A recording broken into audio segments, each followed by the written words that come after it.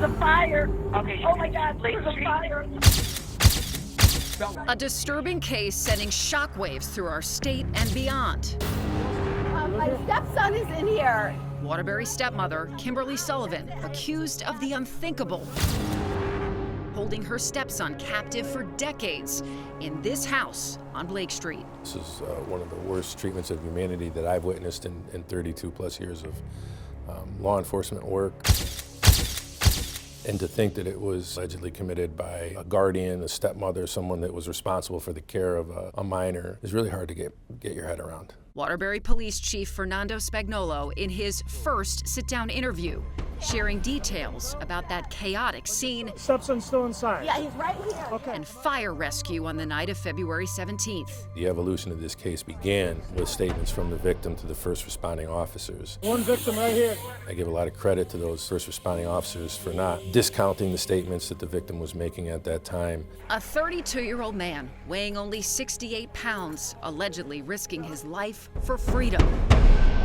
Early in that investigation, the chief says he walked through the house and described the small room the young man was held in since he was 11 years old. It was a very small room on the second floor of the house, more so of almost a storage area, more so than a bedroom, but it was being utilized as a bedroom.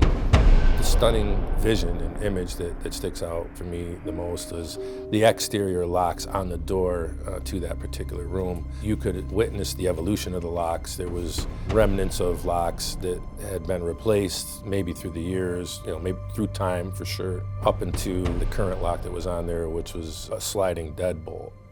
Shocking, just shocking. Outside the now boarded up home, you see charred items, a mattress, and a radio. We're told the victim's only connection to the outside world was a radio kept outside that room.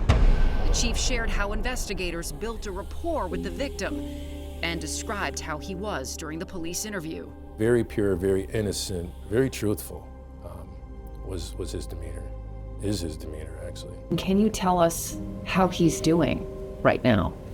We have kept in touch with him. This investigation is obviously very active and ongoing. There's a lot of unanswered questions that we will continue to seek information about, and he's doing quite well. He's doing quite well physically. His physical, medical needs are being cared for. That being said, I think he's got a long road ahead of him to really cope with his isolation and those decades of life that he missed and that learning experience. The Department of Children and Families had reportedly been involved with the victim before in the early 2000s and initially released a statement to News 8 saying they had no records related to the family. However, the chief had new information for us. I have been made aware that there have been old records that have been located at this point. Those records are still being gone through by the commissioner's office and legal staff at DCF.